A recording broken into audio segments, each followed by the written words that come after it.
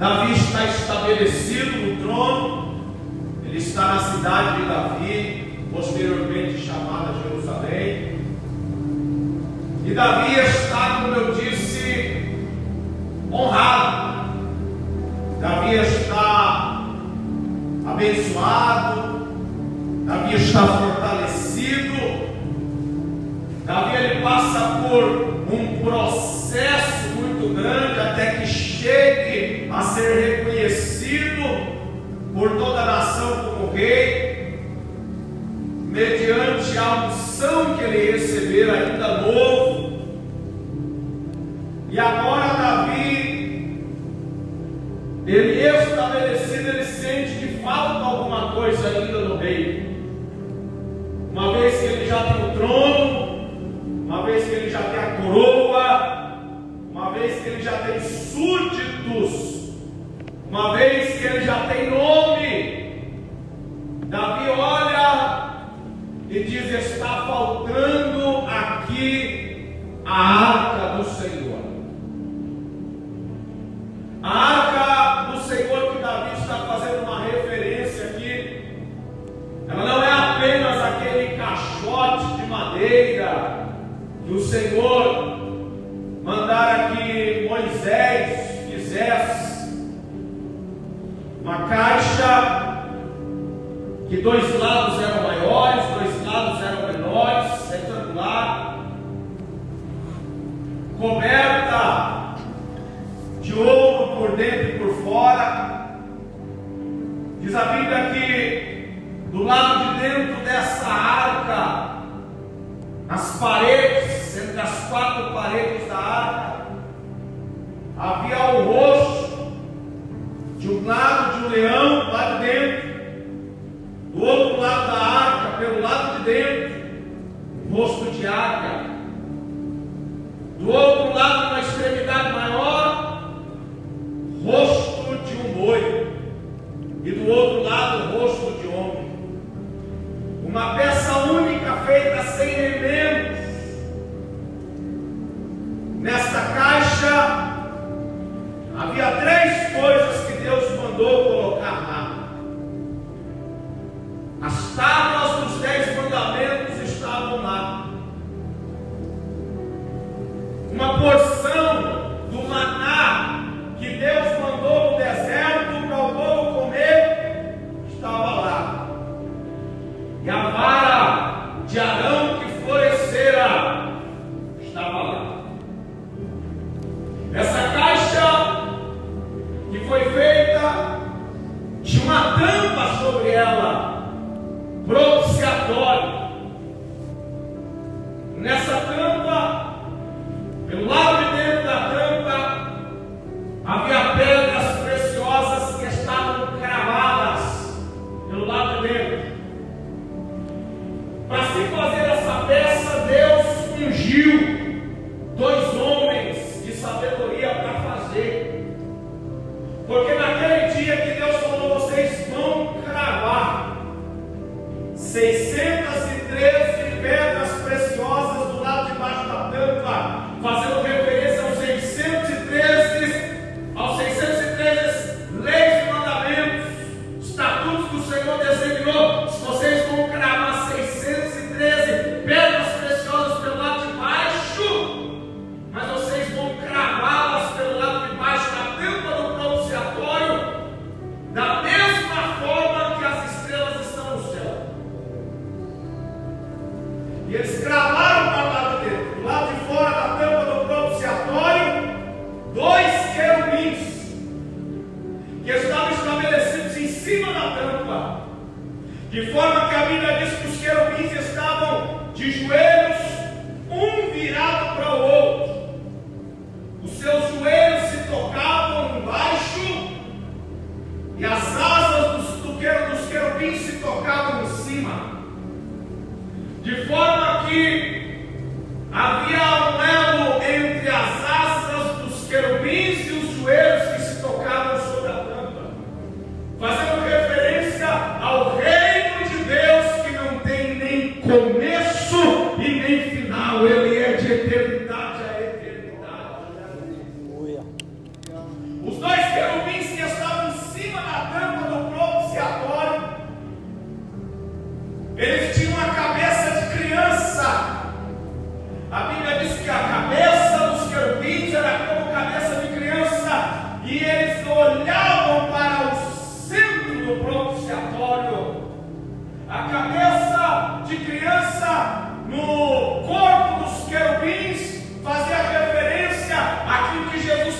posteriormente falou: ninguém pode entrar no reino de Deus se não for como uma criança.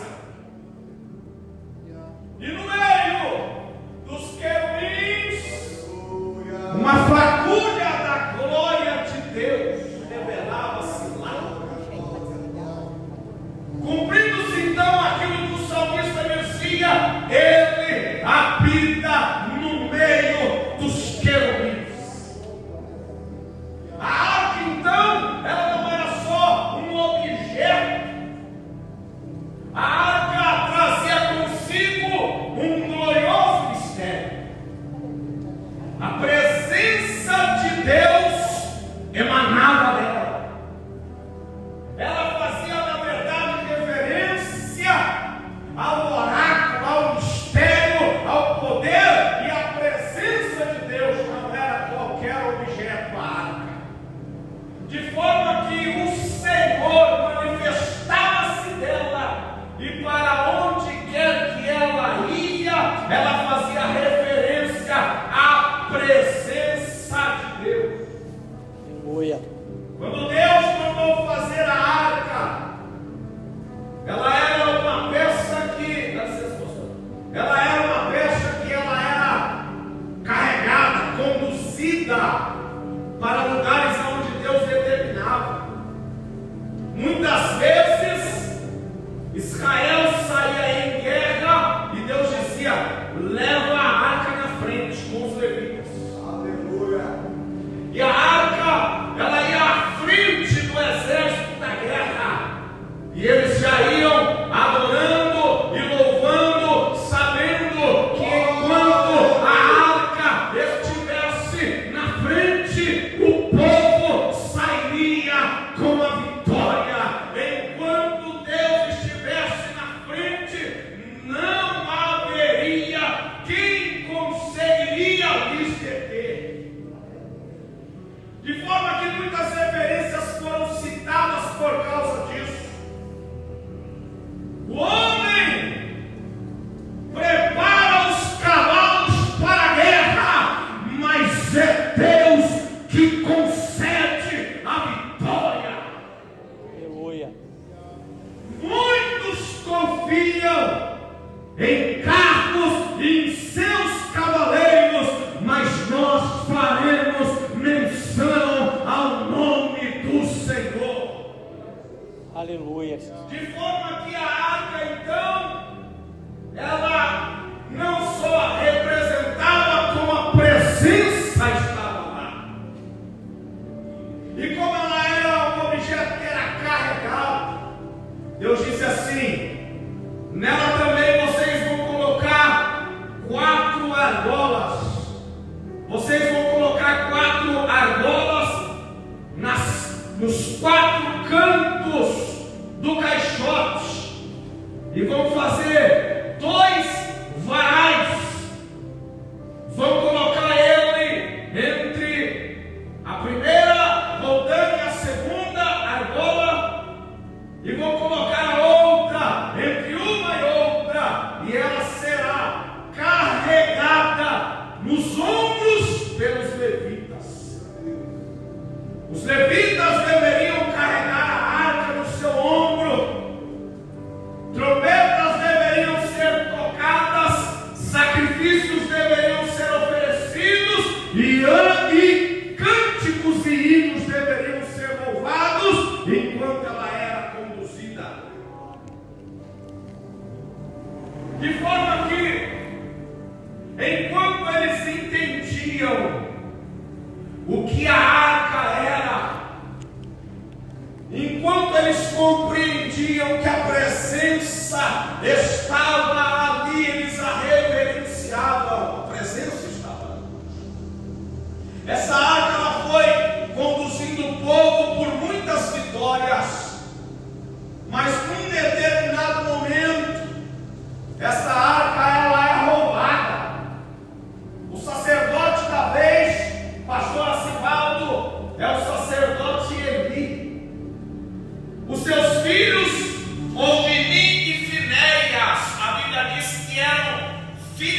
Belial e Deus os queria matar. Porque além de eles se prostituírem na porta do templo com as mulheres, eles ainda pegavam o melhor da oferta de gordura que o povo trazia para o sacrifício do templo, e a Bíblia diz que o povo começou a desprezar a oferta do Senhor. Não queria mais ofertar, porque os bandidos estavam lá, pegavam do garfo e tiravam o melhor que era para Deus, pegavam para ele. Isso foi criando uma descredibilidade. Explode então uma guerra contra os filisteus, e eles ousam sair em batalha e perdem a batalha. E quando eles voltam com a notícia de que eles estavam perdendo a batalha, alguém teve a brilhante ideia de dizer: pegue a arca e leve a arca, porque a arca concederá a vitória.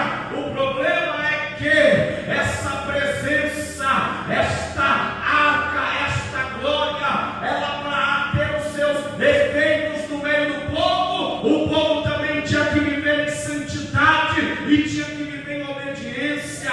E o povo estava esculachado, estava esculhambado. Eles levam a arca para a guerra, e a Bíblia diz que morreram eles se a arca de Deus fora tomada. Os filisteus roubaram a arca, e a Bíblia diz assim, que a arca era a presença de Deus. Eles roubaram a arca, meu pastor, e os filisteus fizeram festa quando eles roubaram a arca. E quando eles roubaram a arca, eles levaram ela e colocaram ela dentro do templo do seu mais adorado Deus, Dagon. Eles pegam a arca, levam a arca embora, entram dentro do templo de Dagon. Corpo de homem, cabeça de peixe, sentado no trono do templo. Eles colocam a arca, eles colocam a arca diante de Dagon, como quem diz assim: vencemos a batalha, derrotamos o Deus de Israel e o apresentamos em humilhação diante do nosso Deus Dagon. Colocaram a arca diante de Dagon, e o texto diz assim, a Bíblia diz que eles estavam em festa, e enquanto eles estavam comemorando a vitória deles sobre o povo, mas não sobre Deus, enquanto eles estavam comemorando lá de fora, eles escutaram um barulho. Pá! Que barulho foi esse?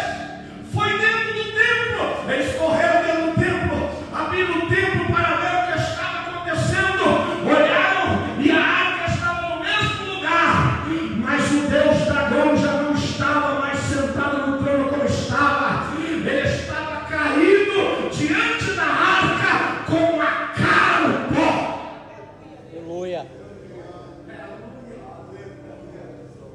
Isso mostra que quem saiu derrotado naquela batalha não foi Deus, foi o povo.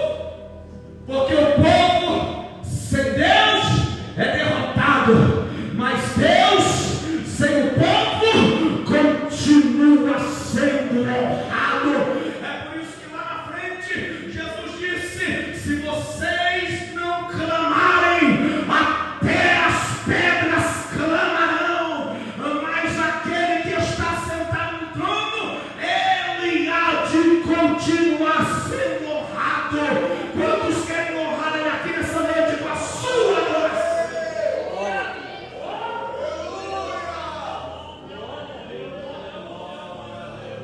Aí disseram assim, aí disseram assim: levanta ele aí, coloca ele de novo.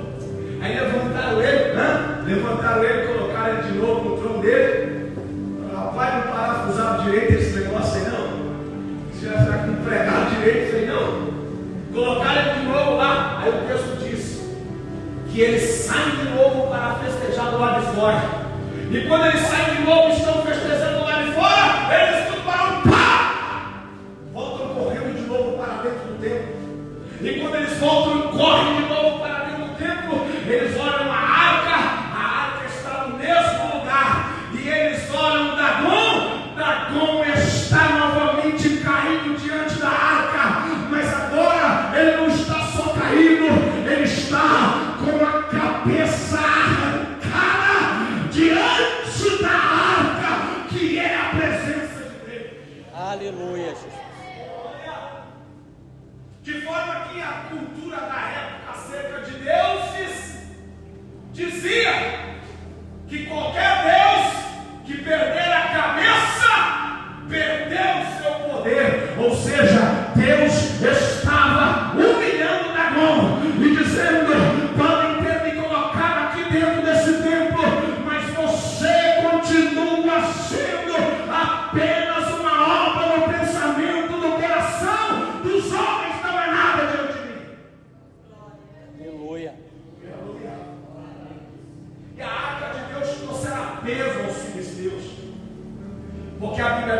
que enquanto a arca estava lá no meio deles, Deus os castigou severamente. Sabe o que começou a dar no povo? Doenças. Todos eles começaram a ter doenças, inclusive a Bíblia diz hemorroidas. A hemorroida pegou todo mundo. Eles disseram: o que é isso? O que é isso? O que é isso? Que tanto sofrimento, que tanto sofrimento. Alguém disse: foi depois que trouxeram aquela arca para cá, do Deus de Israel. Aí disseram assim: vamos se livrar dela louca, vamos dar um jeito de se livrar dela. E eles deram jeito de se livrar da arca, mandaram a arca embora e cessou-se as pragas, e eles reconheceram que a mão de Deus pesou sobre eles. Aleluia. Essa arca, ela por fim foi parar na casa de um sacerdote chamado Abinadab.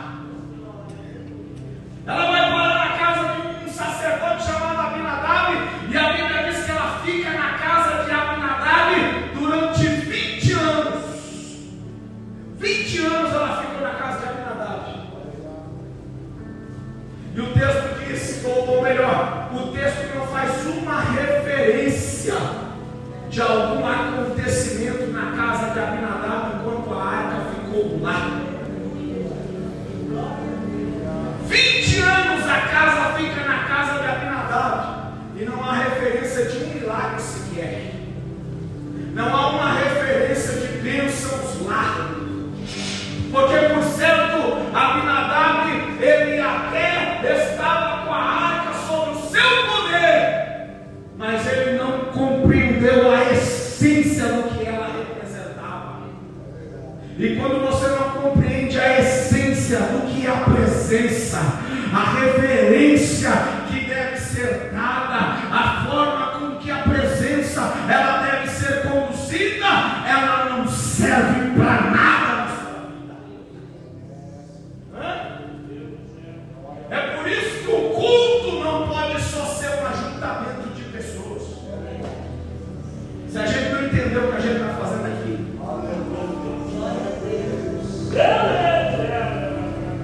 é por isso que a oração por oração sem essência não move nada. Porque se a gente não compreender por que a gente ora, se a gente não começar a entender o porquê de sacrifícios, o porquê que nós estamos aqui, já vai dar meia-noite. Teve pessoas aqui que trabalhou o dia inteiro, trabalhou no sol, carregou peso. Você está aqui, mas se nós não compreendermos a essência da presença, porque a questão não é o templo, não é as paredes que ainda não foram pintadas, não tem nada a ver com os bancos não serem almofadados, não tem nada a ver com nós termos as portas de vidro aqui, não tem nada a ver com o exterior, tem a ver com a essência daquele que está presente, a essência daquele que está operando. Aleluia. Tem a ver com você entender que Ele está aqui, Glória a Deus. que a presença está aqui, que a essência está. Glória a Deus. E como já foi dito aqui, tão real quanto essas paredes, tão real quanto este irmão ou esta irmã que está ao seu lado, é a presença dele neste lugar. Aleluia. Perceba aqui, a arca, como eu disse, quem está me ouvindo, diga amém.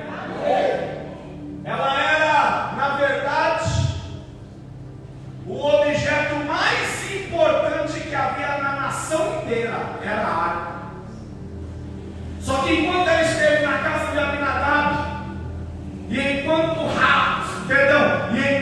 Saul reinou, ele não fez questão nenhuma de trazer a arca para a reverenciar como rei. Ele não fez questão nenhuma. Para o rei Saul, deixa ela lá, ela está bem guardada. É assim.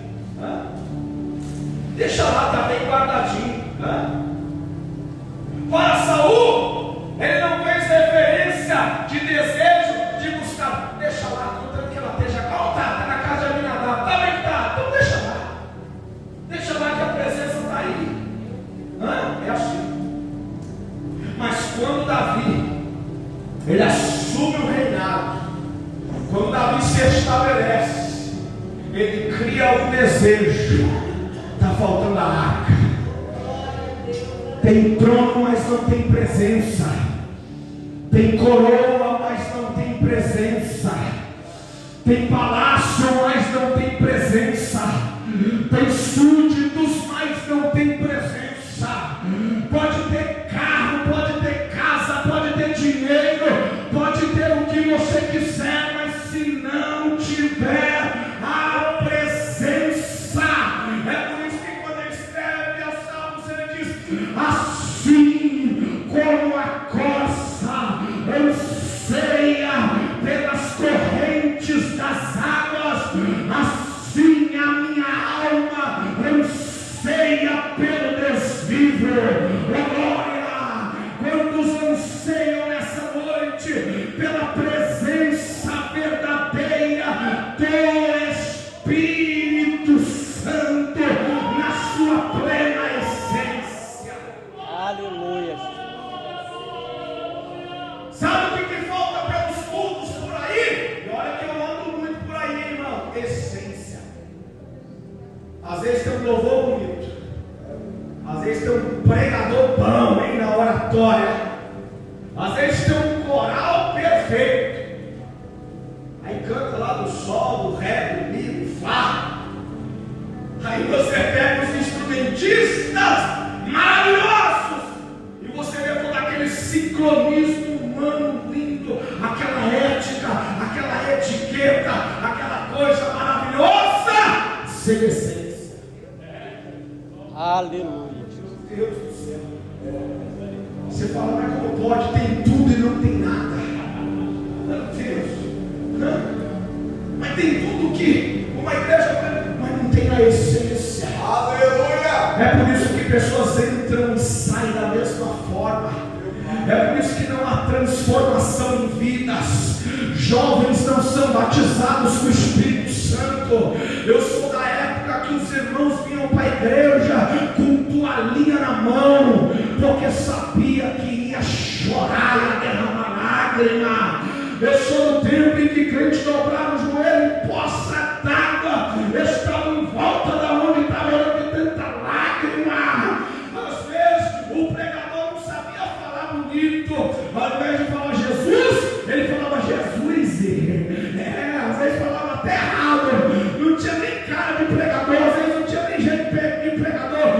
Eu tive um pastor no começo do ministério que era analfabeto, ele não sabia nem ler e nem escrever. Mas quando o pastor Orley levantava a mão, se tivesse capeta 5 quilômetros da igreja, meu Deus, ele caía na onde tivesse, porque não tinha oratória, eloquência, teologia, mas tinha unção, tinha essência. Os cantores tinham essência. Quando levavam, vidas eram batizadas, pessoas vomitavam câncer na ponta do altar, porque a essência da presença não importava a cor da parede, não importava a cor da cadeira, se tinha ventilador ou não, se tinha som bom ou não. Pelo contrário, o som era ruim demais, irmão. Ninguém escutava nada que saía das caixas. Mas quando a glória de Deus descia, enchia o templo, um